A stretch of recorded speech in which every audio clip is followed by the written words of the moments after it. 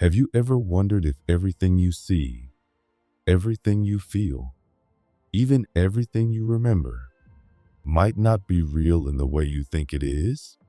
What if your body, your home, your past, your dreams, and even this moment right now were not as solid, separate, or permanent as they appear?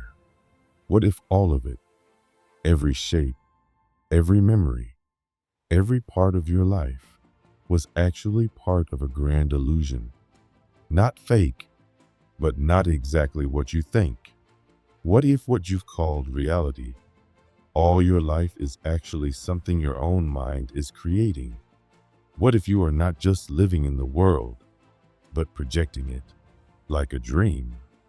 As strange as it may sound, this is not a fantasy or a mystical tale. It's a truth that's been quietly passed down through the oldest spiritual traditions in the world. And now even the most advanced modern science is starting to discover it again. It's the idea that what you see around you is not something separate from you. It's part of you. And more than that, you are not just someone walking through this dream. You are the dream itself. You are the dreamer. You are the one having the experience. And you are also the one who will one day wake up from it. Thousands of years ago, wise sages in ancient India spoke of this strange and powerful truth. They called it Maya. Maya doesn't just mean illusion. It means that the world we see is not false, but it is not the full picture. It means that the way things look to you, the way you believe yourself to be separate from the stars, from others, from God, is not the deepest truth.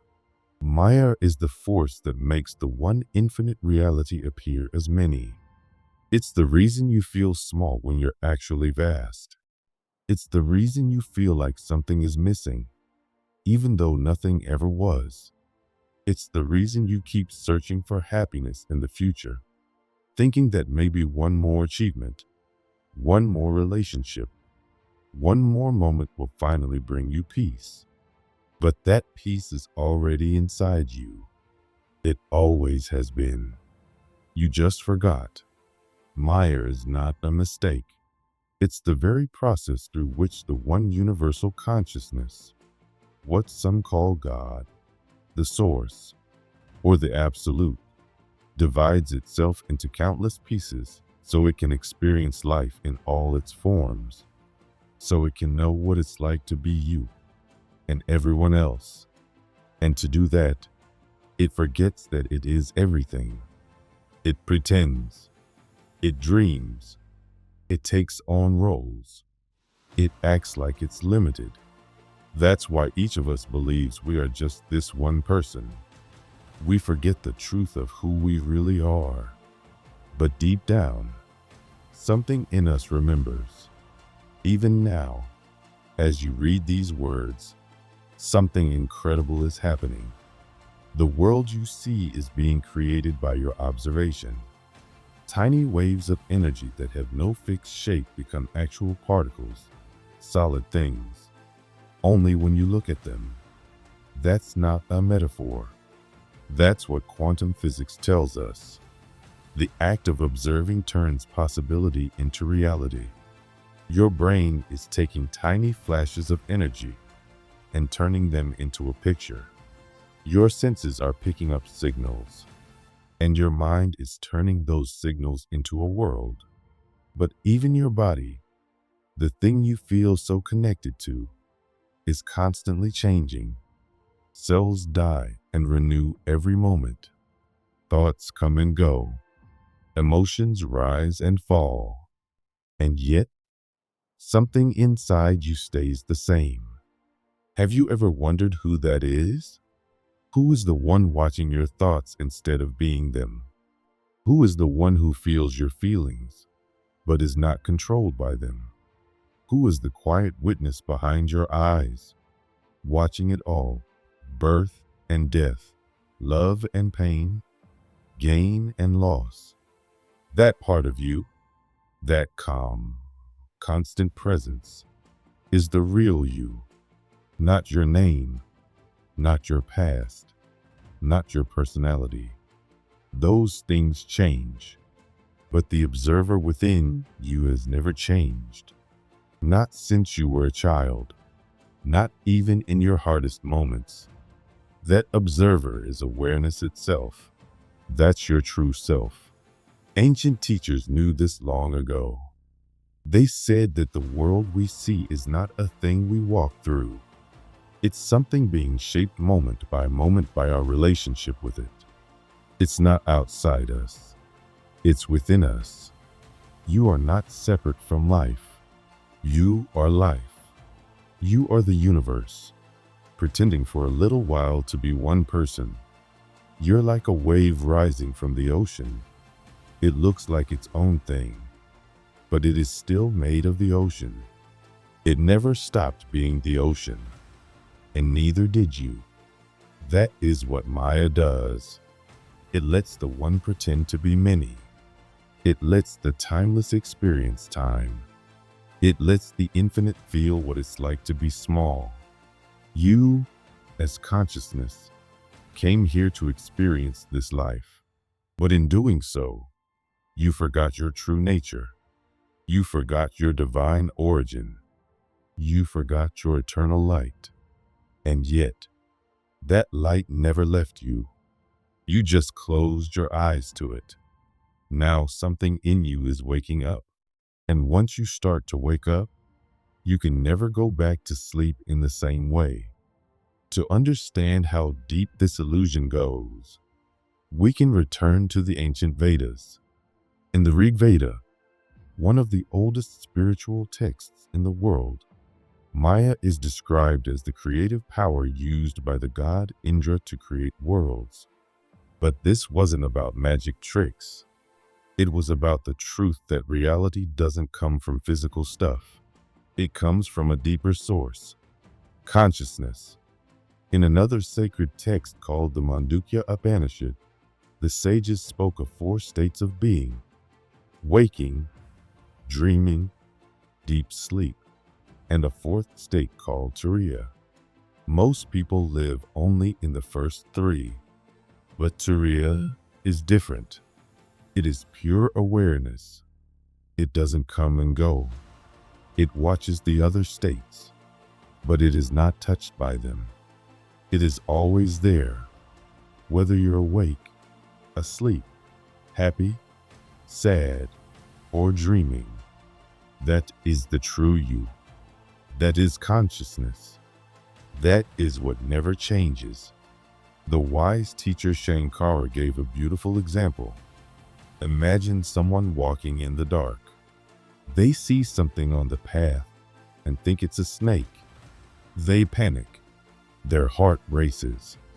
But when they bring a light closer, they see it's just a rope. The fear was real. The snake was not.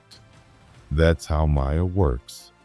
We see things that aren't really there, and we react as if they are. We believe we're separate when we're not. We believe we're broken when we're whole. We believe we're mortal when we are actually eternal. In the Bhagavad Gita, Krishna tells Arjuna that Maya is built from 3 forces that shape all things, and that it is very difficult to go beyond it. But he also says that those who take shelter in the divine, who turn inward and remember the truth, can rise above it. This wisdom isn't just in India. All around the world, people have touched this truth. Buddhists speak of samsara, the endless cycle of birth and death, where suffering comes from clinging to things that change. Taoists speak of the world as a dance of opposites, yin and yang, which only seem separate from our limited perspective. Early Christian mystics called Gnostics believed that the material world was made by a lesser mind, a force that thought it was God but wasn't.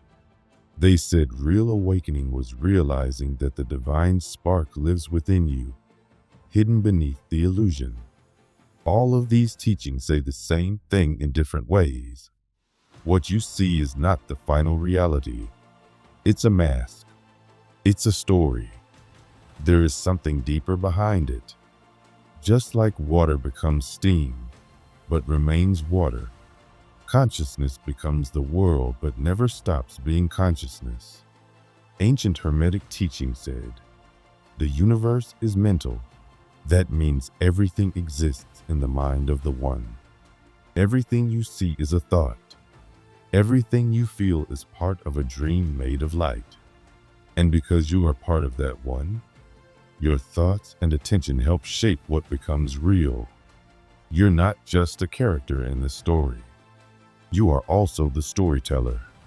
Now, modern science is beginning to echo the same truth. Quantum physics shows that the universe is not made of solid things. It is made of possibilities. And those possibilities collapse into reality only when we observe them. Werner Heisenberg said we don't see nature itself. We see what we pull out of it by how we look. The double-slit experiment showed that a particle could go through two paths at once until someone watches. Then it chooses one. Observation changes everything. Consciousness is not just witnessing reality. It is helping create it. David Bohm, another brilliant scientist, said all things come from a deeper field of potential he called the implicate order. From there, the world unfolds. Just like the ancient sages said, this field is like Brahman, the infinite source of all things. Erwin Schrödinger, one of the fathers of quantum mechanics, studied the Upanishads and said their truth wasn't just belief. It was something you could experience. He said that consciousness doesn't come from the brain. Matter comes from consciousness. And still, scientists today are trying to find where awareness comes from. But they won't find it inside the brain, because that's like trying to find the dreamer inside the dream. The dreamer is beyond it, but it is also the one holding it all. Carl Jung, the famous psychologist, discovered something else. He realized that deep inside us is not just a personal mind, but a shared mind, a collective unconscious. It's a vast inner world filled with symbols and patterns that all humans carry. These universal shapes, called archetypes, are like ancient blueprints for how we understand life. The hero, the mother, the wise old man, the shadow. These are not just characters and stories. They are living energies inside us. They guide our feelings, our fears, our hopes, and our dreams. Jung saw that what we call the self, the ego, is just a small part of a much bigger consciousness, like a tiny boat floating on a deep ocean. Most people live only on the surface, but beneath that surface is something sacred, something powerful, something eternal. And when you begin to look for it, not outside, but inside, you start to wake up. You begin to remember. Most people believe they know who they are. They think they are their thoughts, emotions, names, roles, and memories.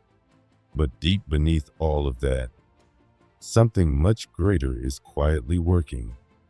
There are deeper forces inside each of us, hidden layers of the mind that shape how we feel and experience life.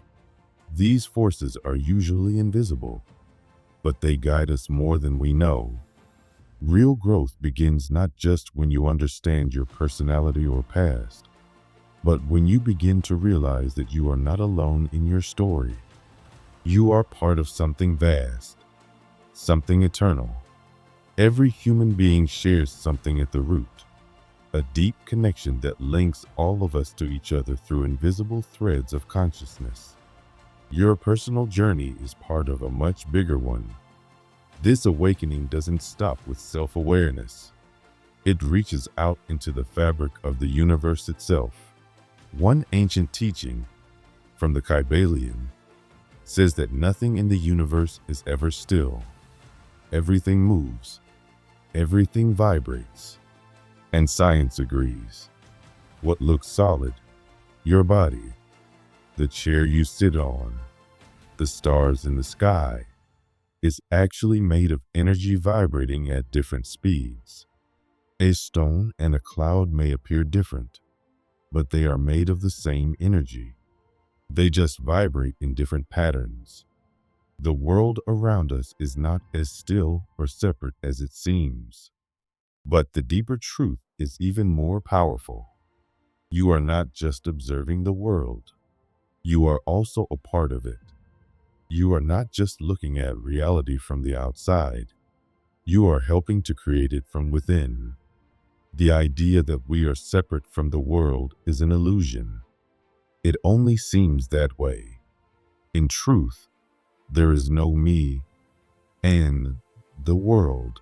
There is only one vast awareness appearing in many forms.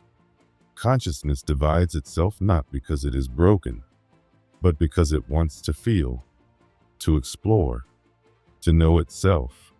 This illusion of separation, called Maya, is how the one becomes many, just for a little while. Even science supports this. Einstein showed us that time and space are not fixed realities. They change depending on the observer.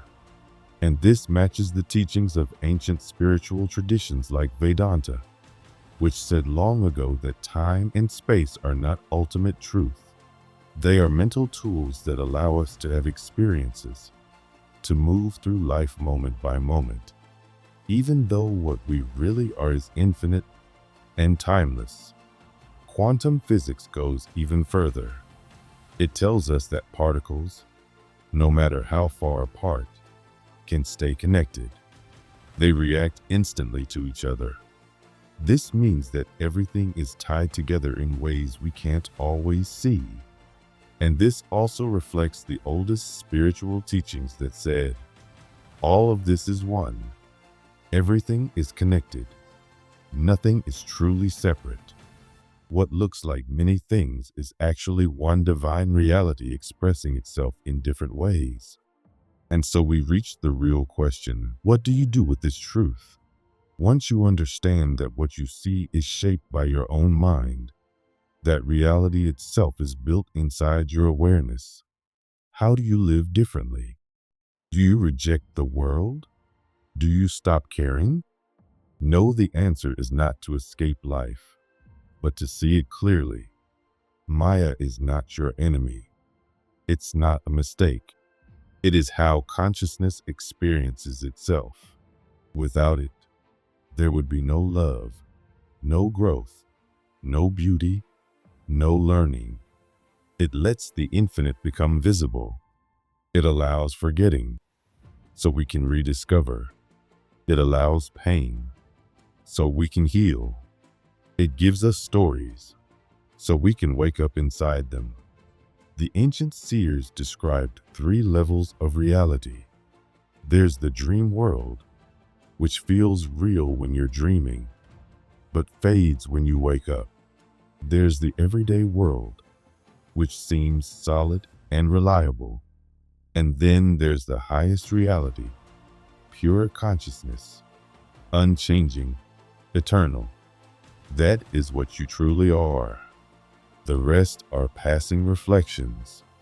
Knowing this doesn't mean treating life as meaningless. It means honoring it even more. Because when you realize that even the illusion is sacred, your eyes open. Everything becomes a miracle. The Indian sage Ramana Maharshi once said the world is real, but only when you no longer see it as separate from your consciousness. Everything is real when you realize it's all one.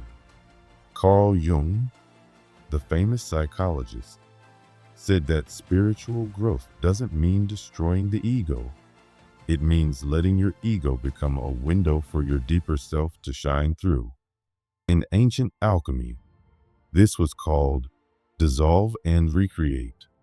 Let go of false forms, so your true self can rise. You don't have to stop being human. You just have to stop thinking that's all you are. Awakening isn't something that happens once and stays forever. It comes and goes. We forget and remember again. And that's okay. Maya is convincing because we are the ones creating it. We are the actors who become so good at the role, we forget we're acting. But awakening doesn't mean rejecting the character. It means remembering that we're the actor behind the role. Life still brings pain, emotion, thought, but they no longer define us. We remain soft, open, fully alive, and also fully free. This is the truth all the sages tried to tell us. You are more than your thoughts. You are more than your fears. You are not broken. You are not separate. You are infinite. You are already whole. You don't have to travel far to find yourself. The journey is within. The truth is already here. Mia is not holding you back. It's guiding you home. Through its illusions, you learn what you're not. Through its limits, you discover your limitless nature. Through forgetting, you remember. And this is the beautiful mystery of life. You are the prisoner, the prison, the key, and the freedom. The veil of Maya hides the truth, and yet it also reveals it. To awaken doesn't mean leaving life behind. It means living it with deeper eyes. Every person becomes a mirror. Every challenge becomes a doorway. Every breath becomes sacred. And slowly, the truth rises in your heart. You were never really born, and you will never really die. Because what you truly are is life itself, wearing a human form for a little while. Your name, your face, your story. These are costumes. You are the one wearing them. Maya is your mask, but also your invitation. It asks you to wake up, to remember, to return to yourself. Because you are not just seeking something. You are the one being sought. You are not just walking a path. You are the path. You are not just asking the question. You are the answer. If something in you stirred while reading this, if something deep inside whispered yes, then maybe now is the time. The illusion may feel heavy, but the truth has always been light. And now, one of the ancient maps that can guide you through it is within your reach. The book, The Master Key, is not just a book. It's a doorway into your own consciousness, a key to unlock the world within. The link is below. If you're ready to open that door, the key is already in your hands. Welcome to the discovery of your true self. Welcome home.